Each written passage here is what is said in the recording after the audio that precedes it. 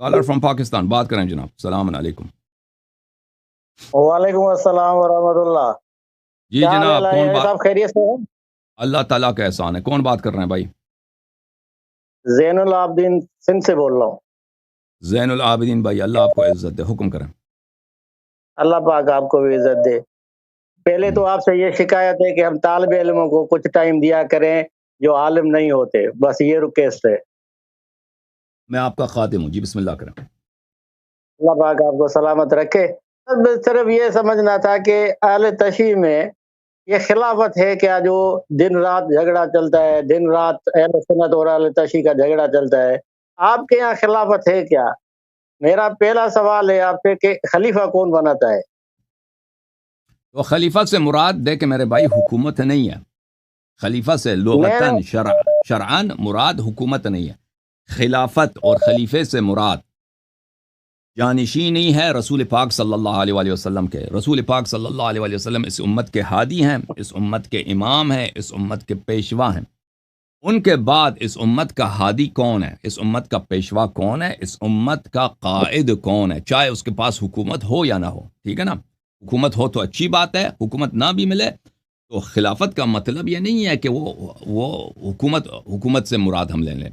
تاریخ اسلام میں جو مختلف حکومتیں گزری ہیں ان حکومتوں کو خلافت کہا جاتا تھا. خلافت عثمانی ہے، خلافت بنی امیہ ہے، خلافت بنی عباس ہے. ان کو اس لیے، ان حکومتوں کو اس لیے خلافت کہا جاتا تھا کہ یہ لوگ کہتے تھے ہم رسول پاک صلی اللہ علیہ وسلم کی جانشین ہیں. لیکن حکومت کا مطلب خلافت نہیں ہے، خلافت کا مطلب حکومت نہیں ہے. لیکن یہ جو بھائی صاحب بات سنیں، آپ نے سوال کیا کہ خلافت ہم شیعہ خلافت کس کو کہتے ہیں، تو سن لیں. آپ میں تضاد کہتا ہے کہ حکومت ہو، حکومت بھی ہے. آپ والے میں خود تضاد ہے جو کہہ رہے ہیں کہ بھائی حکومت بھی ہے. حکومت دیکھیں، خلافت سے مراد حکومت نہیں ہے بھائی، نہ شرعاً نہ لفظاً. جی ہاں، حکومت نہیں. میں عرض کر رہا ہوں حکومت سے مراد خلافت سے مراد حکومت نہیں ہے. عرض یہی کر رہا ہوں کہ تاریخ میں حکومتوں کو خلافت کس لیے کہا گیا ہے. اس کا مطلب یہ نہیں ہے کہ شریعت میں حکومت کی جو اصطلاح ہے اس کو خلافت کہا جاتا ہے، نہیں. یا مثلا لغت میں عربی زبان میں حکومت کو خلافت کہا جاتا ہے، اس طرح نہیں. عربی زبان میں حکومت کو سلطان کہتے ہیں، ولایہ کہتے ہیں، سلطان کہتے ہیں.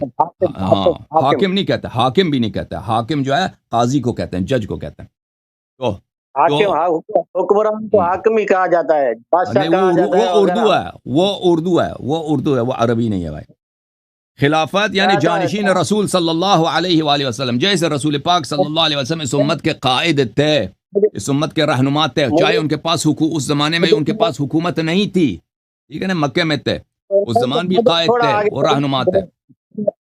مجھے آگے تھوڑا چلنے دو، آپ وضاحت دے دی کہ یہ اچھا آپ کی نظر میں خلیفہ اللہ بناتا ہے، ٹھیک ہے نا؟ اچھا، یہ جو خلافت ہے یہ آپ کو نبی والی سمجھتے ہیں یا غیر نبی والی؟ اور مولا علی نبی کے امتی ہیں یا نہیں ہیں؟ یہ بالکل نبی کے امتی ہیں، لیکن خلافت سے مراد ہم نبوت نہیں لیتے. میں نے عرض کیا نبی کا جانشین، میں نے کہا نا، میں نے نہیں کہا کہ نبوت، میں نے کہا کہ وہ امت کے قائد تھے، قیادت میں ان کا جانشین. وہ امت کے ہادی تھے، ہدایت کرنے میں ان کا جانشین. وہ امت کے معلم تھے، ہاں، اس میں ان کا جانشین. میں نے نبوت تو نہیں کہا، کیونکہ نبی صلی اللہ علیہ وسلم کے بعد کوئی نبی نہیں ہے.